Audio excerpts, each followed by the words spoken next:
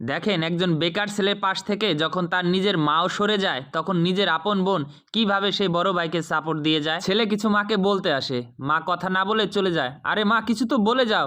কি বলবো? যেদিন ইনকাম করতে পারবি সেদিনকে তুই আমার সাথে কথা বলবি।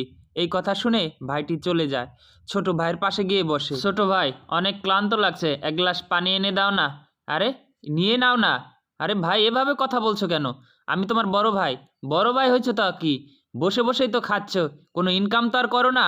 ছোট বোন দূর থেকে সবকিছুই শুনছে। পরিবারের এমন আচরণে চোখে পানি চলে আসলো, আর ছোট্ট বোনটি দেখে সে বোনের জন্য এক গ্লাস পানি নিয়ে আসলো।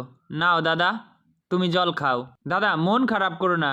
তুমি দেখবা একদিন বড় অফিসার হয়ে যাবা, আর তোমাকে পরিবারে কেউ কথা শোনাবে না। সত্যি বোন, তুই আমার মনের কষ্টটা একটু বুঝতে পারলি। আমি যদি তোমার পাশে না থাকি দাদা, তাহলে কে থাকবে? সবাই তো চলে গেল, আর আমি তোমার কষ্ট সইতে পারি না। সত্যি, পরিবারে একজন এমন ছোট্ট বোন থাকলে কোনো বড় ভাইয়ের দুঃখ হতো না।